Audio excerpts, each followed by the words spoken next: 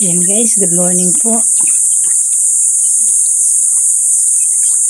Alam niyo guys, dito sa probinsya, kapag mayroong maraming huli yung mga talakaya o yung mga kaibigan o mga kumpare, may dumating po sa ating blessing, bigyan po tayo ng alimasag.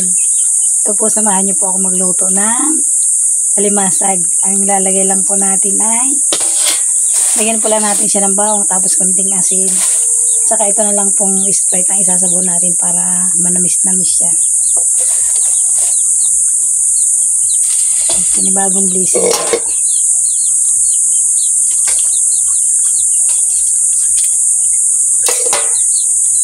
Yan guys, oh, mga buhay pa siya.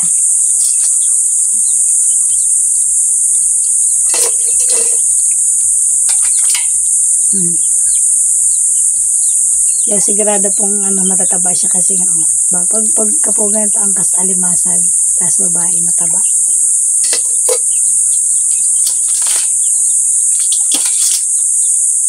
Shout out po sa nagbigay nito kay Marin Juby Abiliada. Salamat sa ang ulam. Sana marami pang mahuli kayong alimasag.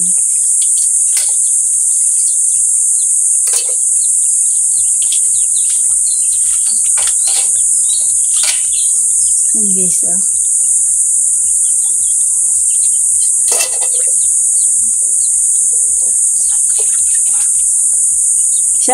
Shout out po pala kay Kuya Marlon ng Carmona Cavite.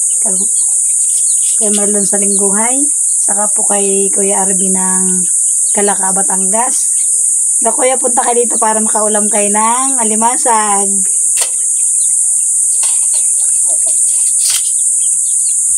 Saka po kay Kuya Randy. Yan guys, oh, gusto niya pang makawala. Kuya Randy Sanchez po ng Laguna. Ingat kayo dyan, kuya. Kay Kuya Denver po ng Singapore. Kuya Denver, uwi na kayo dito para makapag-ulam tayo ng sariwang alimasag. Ate Didit ng Australia. Tsaka po sa mister niya kay Kuya Bevern Akabal po ng Australia. Hello kuya, salamat sa suporta niyo sa kainang probinsyana. Yan guys, ang dami nito. Ito, ignari siya.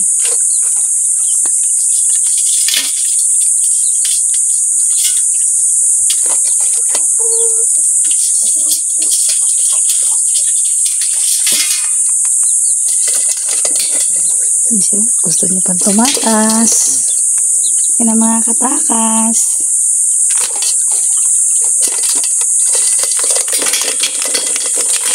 Bakad na.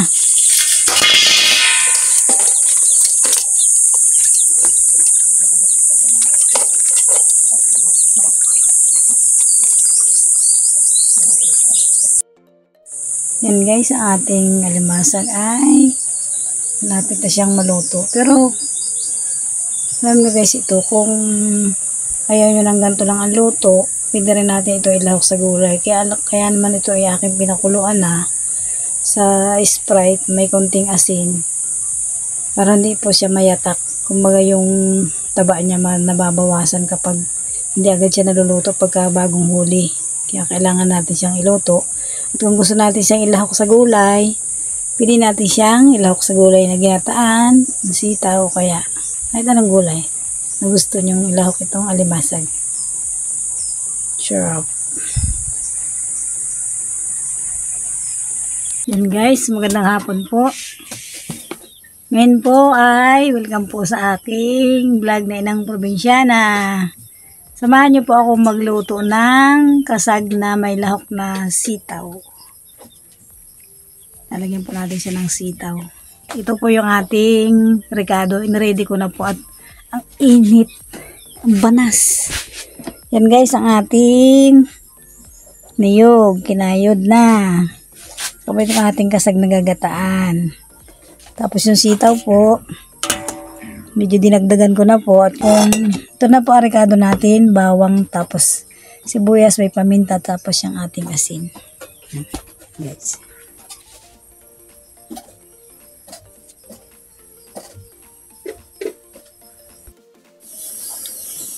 Yun guys. Hindi tayo nagluto sa labas kasi hindi man na umuulan. Kita nyo naman ang ating gatong. Daig pa ang Shilane. Sobrang init lang po magluto. Yun guys, malapit na maluto ang ating.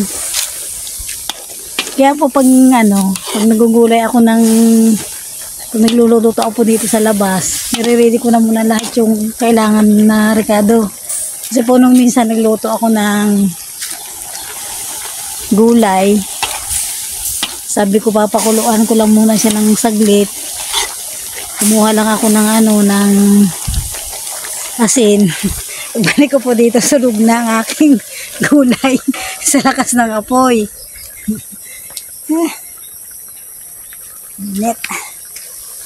Mamaya natin ilalagay ang ating alimasag. Ayan guys ang ating gulay. Malapit na natin ilagay ang ating alimasag.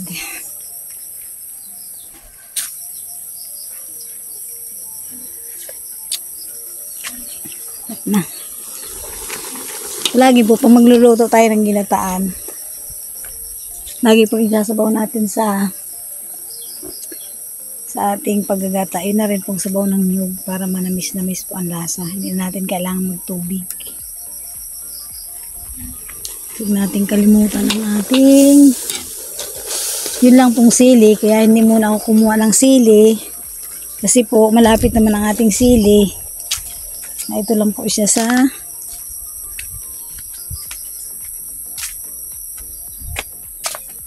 so guys, ito lang po siya sa harapan ng bahay. Kalahok na rin po siya ng aking halaman.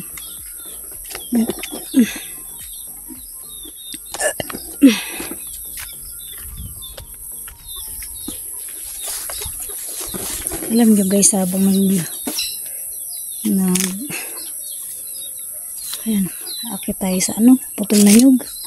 Kasi mataas ang ating sili.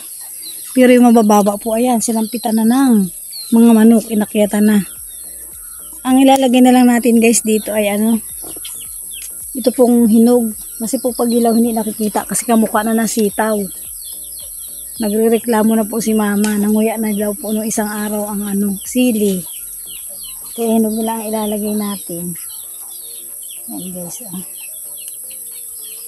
Ito. Yan, nalaglag pa. Ano ba naman kamay ito?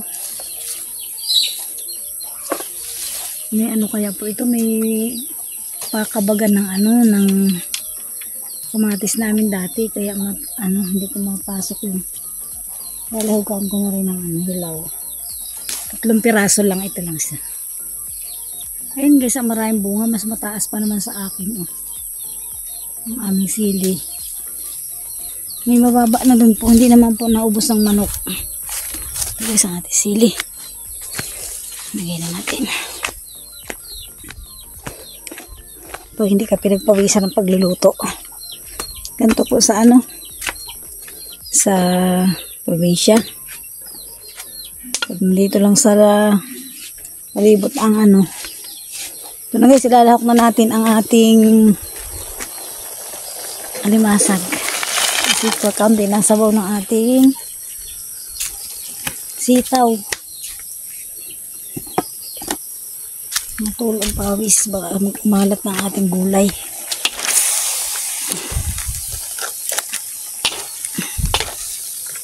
Lagyan na rin natin ating sili.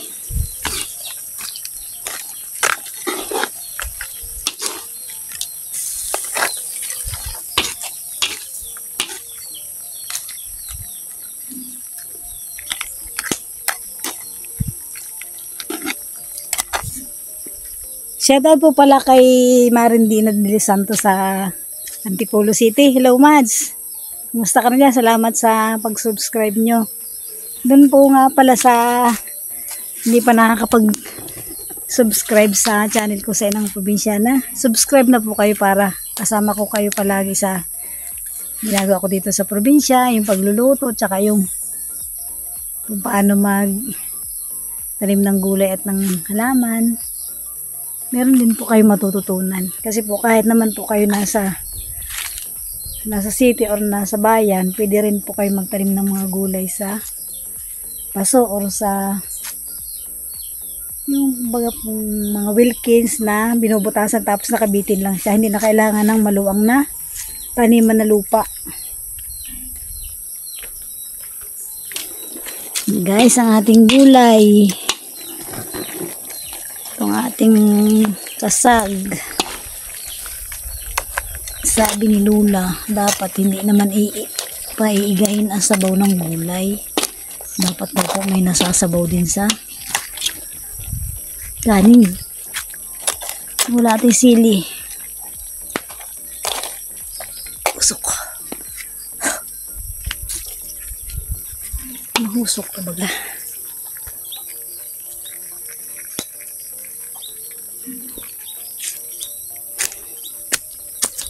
Ating automatic. Di ba po tayo nakakagawa ng ano? Butuan po dito sa labas. Dito lang tayo sa labas ng bahay. Oh. Ayan na, niyuga na po ang palibot. Ganito lang po sa probinsya. Manlimit ka lang ng kahoy, tsaka ng ito po yun ang nyuga. Panggatong na rin namin ito.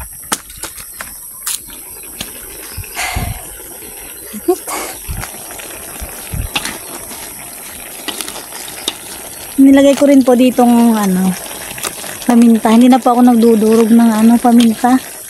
Kasi po may sili na po tayo nakalagay. Mahalang na rin yung paminta po. Bango lang po na niluluto. Yan.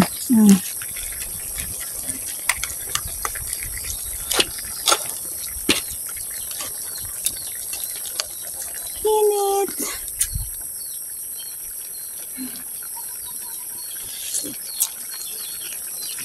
Sarap na po. Tamis-tamis na.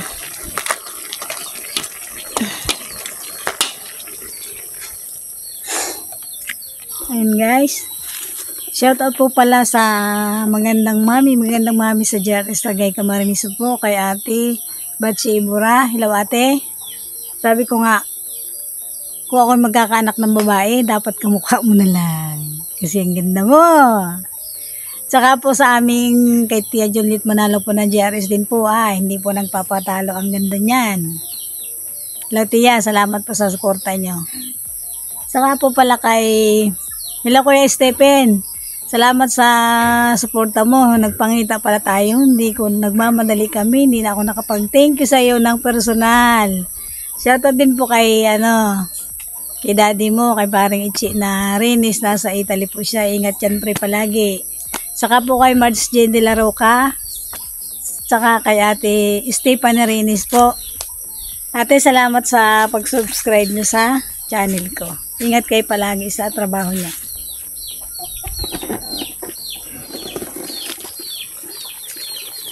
Guys, luto na ating ulam. Maraming sili. Ito na ang ating ulam na maraming sili. Ito yung tawag sa amin ng pagka nagugulay ng may ganto. Anong gugulayin mo? Sitaw. Babangutan natin ng kasag. Kaya ay tawag po sa amin nung ilalawak sa gulay, bangut. Siguro po yun sa Bicol kasi po si mama taga Sorsogon siya. Sanayan na rin namin, tawag namin ay bangut. Tapos sa iba naman po ang tawag ay sahog. Tingnan nyo guys ang aking gulay. Sa sobrang lakas ng apoy, nasunog yung palibot ng kawali.